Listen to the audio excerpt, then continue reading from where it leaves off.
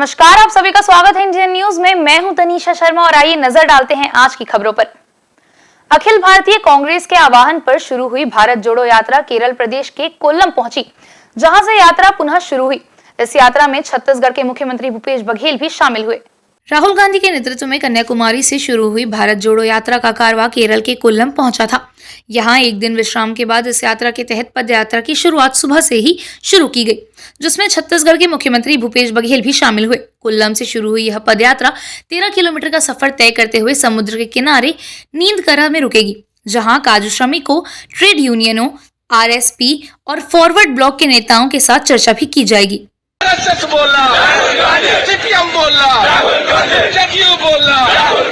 कोयले की कीमत में अप्रत्याशित वृद्धि की वजह से छत्तीसगढ़ में बिजली के दाम 30 पैसे प्रति यूनिट बढ़ गया है। सरकार ने संकेत दिए हैं कि अगले कुछ महीनों में बिजली की दर और महंगी हो सकती है।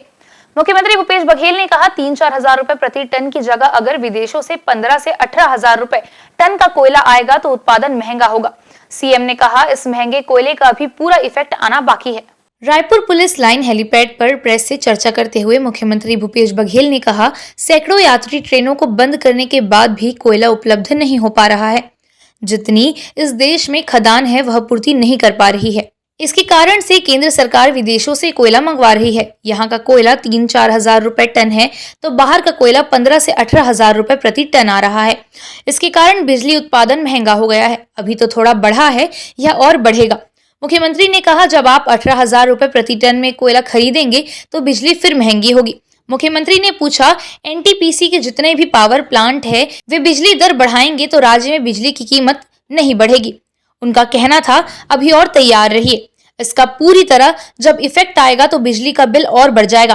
कोयला उपलब्ध नहीं हो पा रहा है, जितने देश में खदान है वो पूर्ति नहीं कर पा रही है, इन्हें रद्द करने के बाद भी, और कोयला ये आयात कर रहे हैं, दूसरे देश से ला रहे हैं। यहाँ के कोयला 3-4 हजार रुपये प्रति टन है तो बाहर से कोयला 15 हजार से 18 हजार रुपये प्रति टन है, और इसके कारण से बिजली जो उत्पादन है वो महंगा हो रहा है। अभी तो थोड़ा बढ़ा है, ये और बढ़ेगा, क्योंकि कोयला अब 18 हजार रुपये में जब आप प्रति टन में खरीदेंगे तो फिर बिजली फिर महंगी होगी।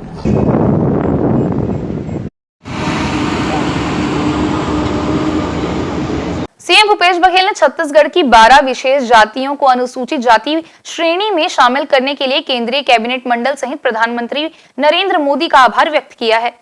केंद्र सरकार ने 12 जातियों की त्रुटियों में सुधार कर उन्हें अनुसूचित जनजाति श्रेणी में शामिल कर लिया है, जिसको लेकर प्रदेश में राजनीति शुरू हो गई है। मुख्यमंत्री भूपेश बघेल ने इसका श्रेय पार्टी के आदिवासी नेता और अधिकारियों को दिया है। इस मुद्दे को भारत सरकार और नीति आयोग की बैठकों में उठाया गया था, जिसका सुखद परिणाम सामने आया है।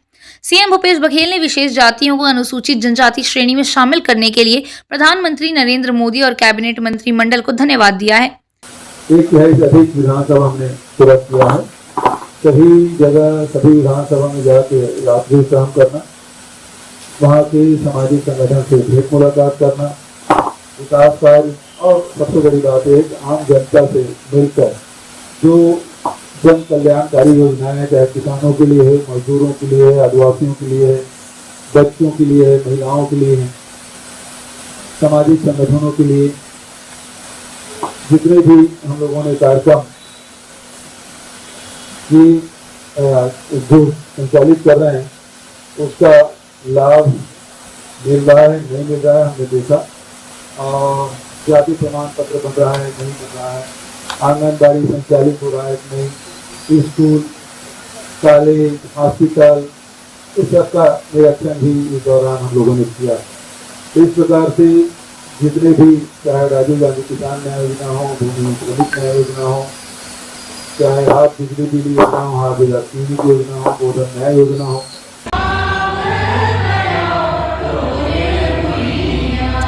दुर्ग के राजेंद्र प्रसाद चौक पर सर मोक्ष गुंडम विश्वेश्वरैया की प्रतिमा का गृह मंत्री ताम्रध्वज साहू व जल संसाधन मंत्री रविंद्र चौबे ने अनावरण किया। इस दौरान दुर्ग शहर विधायक अरुण वोरा व निगम महापौर धीरज बाकलीवाल के साथ सभी वरिष्ठ कांग्रेसी भी मौजूद रहे। अभियंता दिवस पर भारत रत्न सर मोक्ष गुंडम विश्वेश्वरैया की जयंती पर दुर्ग के राजेंद्र प्रसाद चौक पर मूर्ति अनावरण समारोह का आयोजन किया गया, जहां मुख्य अतिथि गृह मंत्री ताम्रध्वज साहू ने विशेष अतिथि जल संसाधन मंत्री रविंद्र चौबे और दुर्ग शहर विधायक अरुण वोरा व दुर्ग महापौर धीरज बाकलीवाल की उपस्थिति में प्रतिमा का अनावरण किया। इस मौके पर गृह मंत्री ताम्रध्वज साहू और जल संसाधन मंत्री रविंद्र चौबे ने उपस्थित इंजीनियरों को अभियंता दिवस की बधाई दी और उन्हें ऐसे रचनात्मक कार्य करने के लिए प्रेरित किया जिससे शहर की पहचान लंबे समय तक बनी रहे। मनाया जाता है इस दिन। बहुत बड़े इंजीनियर रहे विश्वेश्वरैया जी। आज़ादी के पहले इस देश के निर्माण में सिंचाई में कई इंजीनियरिंग डिग्री उन्होंने पाई है और बहुत बड़ा योगदान उनका रहा है। उनको स्मरण करने के लिए इंजीनियर्स डे आज के दिन मनाते हैं। आज यहाँ उनके मूर्ति का अनावरण भी किया गया और सारे इंजीनियर सभी विभाग के यहाँ उपस्थित रहे हैं। उन सबको हम लोगों ने बधाई दिया, शुभकामनाएं दिया। उन लोगों से निवेदन भी किया कि आप लोग भी कोई नई योजना, नया कोई प्रोजेक्ट इस प्रकार से बनाएं कि दुर्ग में उसकी स्थापना हो और उसके कारण दुर्ग को दूर दूर तक लोग जाने। डे पे भव्य कार्यक्रम का आयोजन किया गया। भारत रत्न विश्वेश्वरैया जी के मूर्ति का अनावरण हमारे कैबिनेट के सबसे वरिष्ठ मंत्री आदरणीय भैया श्री ताम्रध्वज साहू जी के कर कमलों से संपन्न हुआ और इंजीनियरों को आज इस अवसर पे हमने बधाई दिया और उम्मीद किया कि जिस प्रकार हम विश्वेश्वरैया जी को याद कर रहे हैं इस देश के निर्माण में उनके बड़े योगदान की, आने वाले समय में इस सृजन का सारा काम हमारे इंजीनियर साथी ही करते हैं। देश को भी उनसे उसी प्रकार की उम्मीदें हैं। इस बहुत अच्छे कार्यक्रम के लिए मैं अपने सभी इंजीनियर साथियों को अपनी बधाई देता हूँ।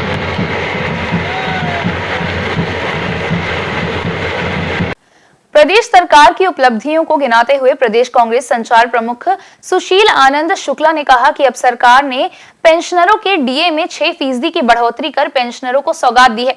साथ ही उन्होंने कहा कि भूपेश सरकार ने पेंशनरों के डीए में 6% की वृद्धि कर यह बता दिया है कि कांग्रेस सरकार सभी वर्ग के लिए काम कर रही है। छत्तीसगढ़ शासन ने इस आशय का आदेश जारी कर दिया है।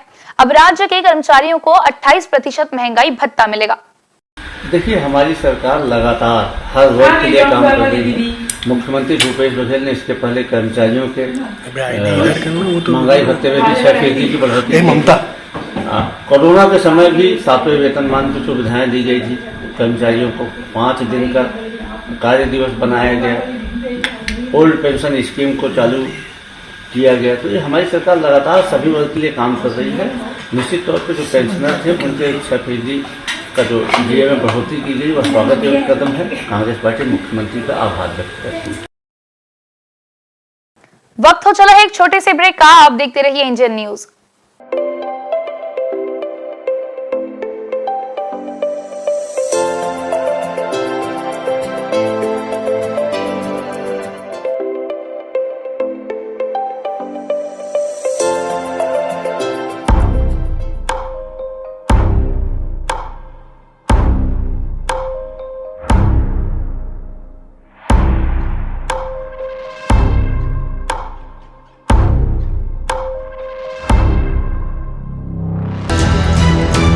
ये है इंदू ब्रॉडकास्टिंग प्राइवेट लिमिटेड और आप देख रहे हैं इंडियन न्यूज। हर पल, हर क्षण, हर सच।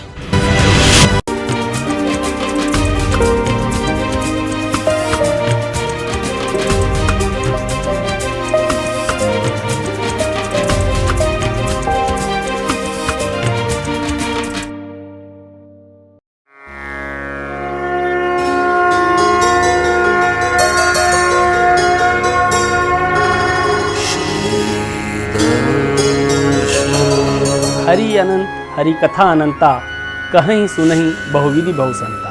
नमस्कार, मैं मनीष सोनी आपके लिए लेकर आ रहा हूँ श्री दर्शन, सिर्फ इंडियन न्यूज़ पर हर पल, हर क्षण, हर सच के साथ।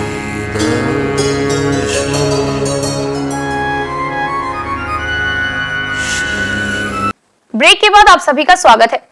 असम के निर्दलीय सांसद नबा सरनिया गरियाबंद के छुरा ब्लॉक के हीराबतर गांव में आयोजित विशेष बैठक व सम्मान समारोह में पहुंचे, जहां असम के सांसद का ग्रामीणों ने आदिवासी नृत्य व बाजे गाजे के साथ स्वागत किया। छुरा ब्लॉक के हीराबतर गांव में ग्रामीणों के लिए इफ्को टोक्यो समन्वित ग्रामीण विकास परियोजना के अंतर्गत बने फिल्टर युक्त पानी टंकी का उद्घाटन निर्दलीय सांसद नबा सरनिया ने किया।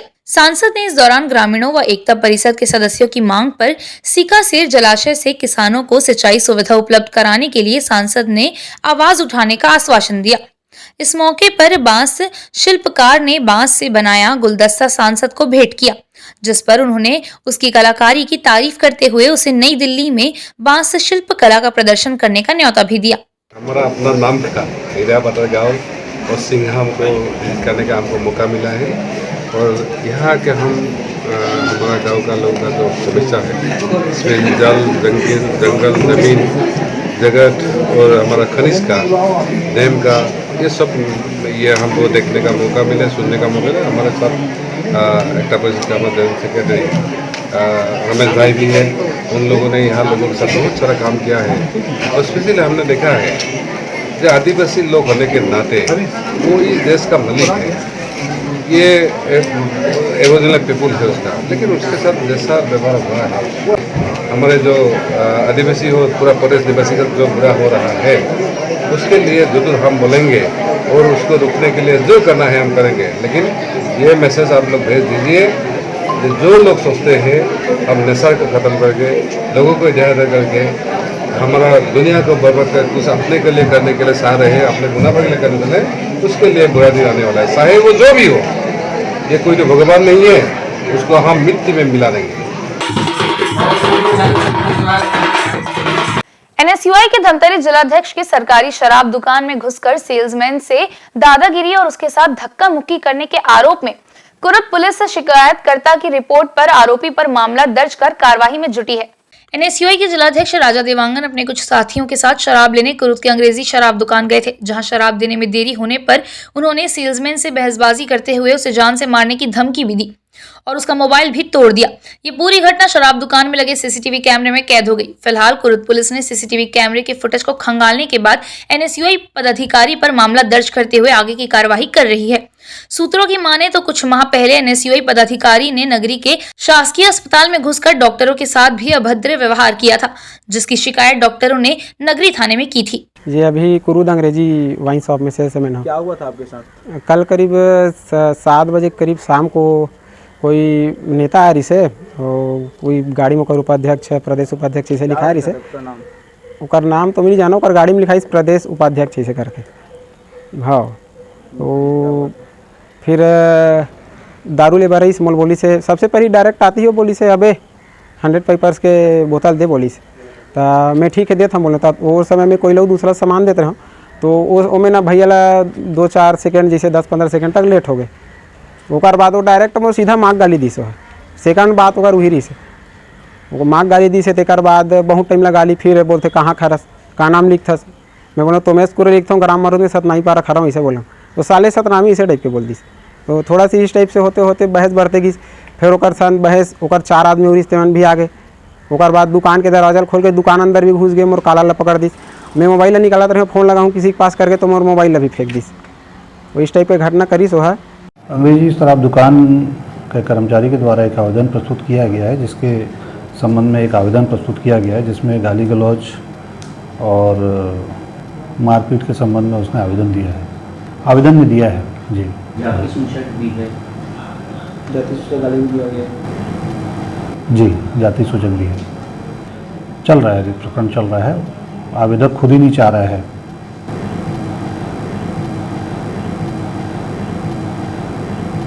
धमतरी जिले में भी लगातार दोनों प्रमुख राष्ट्रीय दल एक दूसरे के खिलाफ हो रहे आंदोलन पर मुखर होते नजर आ रहे हैं, जहां आगामी दिनों में जिले की राजनीति और गर्मा सकती है। पिछले दिनों भारतीय जनता पार्टी के जिलाध्यक्ष द्वारा उल्टा तिरंगा फहराने के मामले में कांग्रेस पार्टी ने धमतरी जिले के सिहावा चौक में धरना प्रदर्शन कर जिलाध्यक्ष की गिरफ्तारी के लिए कोतवाली थाने में शिकायत दर्ज कराई थी, जिसके बाद पुलिस ने इस मामले में अपराध भी दर्ज किया था। वहीं दूसरी ओर बीते दिनों बीजेपी के पूर्व मंत्री अजय चंद्राकर ने गांधी मैदान में 1 दिवसीय सांकेतिक धरना प्रदर्शन कर धमतरी जिले में बढ़ते अपराध, जुर्म, नशाखोरी सहित पुलिस प्रशासन के दबाव में काम करने के आरोप लगाए थे। भाजपा ने कांग्रेस के एक वरिष्ठ नेता पर छीटाकशी की थी, जिस पर जिला कांग्रेस ने रोष व्यक्त किया है।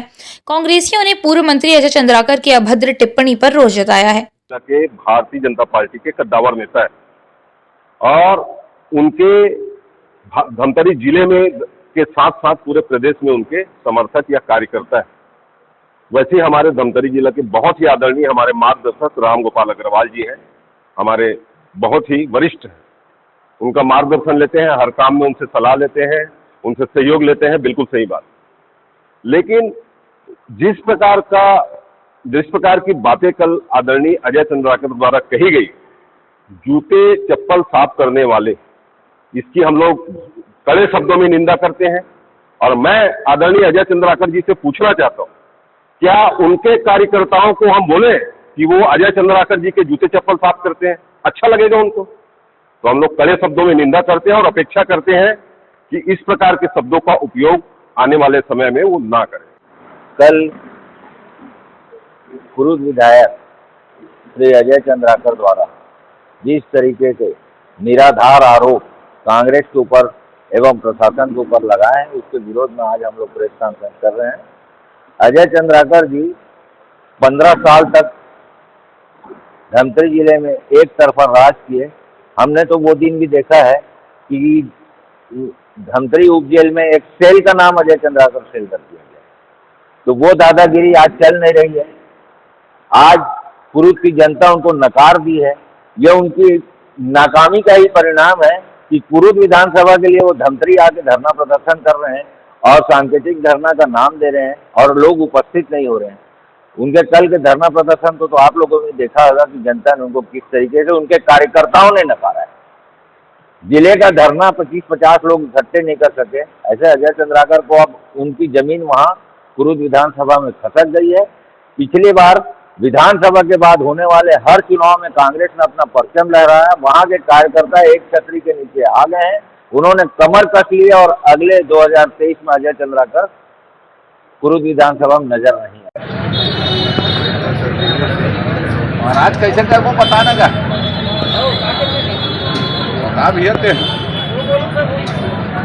बेमेतरा जिले के शासकीय प्राथमिक शाला झाल में शहीद भगत सिंह स्मारक के अनावरण के साथ स्मार्ट क्लास कक्ष का भी शुभारंभ किया गया, जिसके मुख्य अतिथि समाज सेवक ताराचंद महेश्वरी थे। शासकीय प्राथमिक शाला झाल में मुख्य अतिथि समाज सेवक ताराचंद महेश्वरी ने स्कूल परिसर में शहीद भगत सिंह स्मारक का अनावरण व स्मार्ट क्लास का उद्घाटन किया। इस दौरान स्कूली बच्चों ने मनमोहक सांस्कृतिक कार्यक्रमों की प्रस्तुति भी दी। इस मौके पर मुख्य अतिथि माहेश्वरी ने कहा कि स्मार्ट क्लास से बच्चों को आधुनिक ज्ञान मिल सकेगा। इस कार्यक्रम में सरपंच प्रतिनिधि गंजू वर्मा व प्रधान पाठक पोखन साहू सहित शिक्षक व बच्चों की उपस्थिति भी रही। प्राइवेट स्कूल में इंग्लिश मीडियम पढ़ाएं, हर आदमी का सोच यही है। इस पर्पज से मैं थोड़ा सा विचार किया गांव वालों के बीच में कि हम अपने गांव में रहकर ये शिक्षा, अच्छी शिक्षण नीति को क्यों नहीं प्राप्त कर सकते हैं। अगर इसमें थोड़ा सा मैनेजमेंट किया जाए, थोड़ा थोड़ा अगर बूंद बूंद में अगर घड़ा बढ़ा जाए तो निश्चित ही हम उस मुकाम को हम गांव में रहकर भी प्राप्त कर सकते हैं। ऐसा मैंने गांव वालों से चर्चा किया और निश्चित ही मेरे को पूरा गांव वाले और मेरे शिक्षक साथी पूरे मेरे सहयोग किए और उनके बदौलत आज मैं एक अच्छा स्मार्ट क्लास लगाने में सफल हो रहा हूं। और निश्चित ही इसमें शिक्षा के क्षेत्र में एक हमारे लिए एक अलग पहचान होगी और निश्चित ही आने वाले कुछ समय में हमारे बच्चों में वो निखार दिखने को मिलेगा। आज स्मार्ट क्लास शुरू होकर बहुत अच्छा लग रहा है मेरे को। और हमारे आज मुख्य अतिथि के रूप में श्री राजेंद्र भैया जी और खुराना भैया जी आए हैं। उसके हाथों से आज यहाँ उद्घाटन हुआ है, मुझे अच्छा लगा। और इसके लिए गांव वाले का बहुत बड़ा सहयोग है और इनको आगे लाने के लिए हमारे साहू सर जी पहले से इसका वो कर रहे थे, करेंगे करके, तो गांव वाले का बहुत अच्छा सहयोग मिला इसमें। और भगत सिंह स्वतंत्रता संग्राम सेनानी महापुरुष का आज मूर्ति का यहाँ पर जो मूर्ति का विमोचन एवं साथ ही साथ स्कूल का लोकार्पण हो रहा है झाल में। निश्चित रूप से मैं झाल के समस्त नगरवासी, समस्त शिक्षणगण को बहुत साधुवाद देता हूँ, उनको हृदय से उनका अभिनंदन करता हूँ कि यहाँ के HM पोषण साहू जी से समस्त शिक्षणगण, शिक्षकगण, शिक्षिकागण और सरपंच और सामूहिक प्रयास से एक बहुत ही बेहतरीन कार्य का जो निर्णय लिया है उसे आज मूर्त रूप दिया जा रहा है। निश्चित रूप से स्मार्ट क्लास का जो है वो बच्चों के लिए जो इंसान को सूर्य का जो प्रकाश हम सुबह महसूस करते हैं, उसी प्रकार यह ज्ञान का प्रकाश देगा बच्चों के लिए, सूर्य के लिए। और स्मार्ट क्लास से बच्चों का जो पढ़ने का इंटरेस्ट है वह एक अलग से उनको एक जिज्ञासा होगी। और बच्चे के लिए मैं तो बोलता हूँ प्रत्येक स्कूल में स्मार्ट क्लास की आवश्यकता है। और निश्चित रूप से झाल वासियों ने इतना अच्छा प्रयास किया है, इनके शब्दों में बयान करना मुश्किल है। मैं सभी समस्त शिक्षकगण, शिक्षिकागण एवं ग्रामवासियों को बहुत बहुत बधाई और शुभकामनाएं देता हूँ।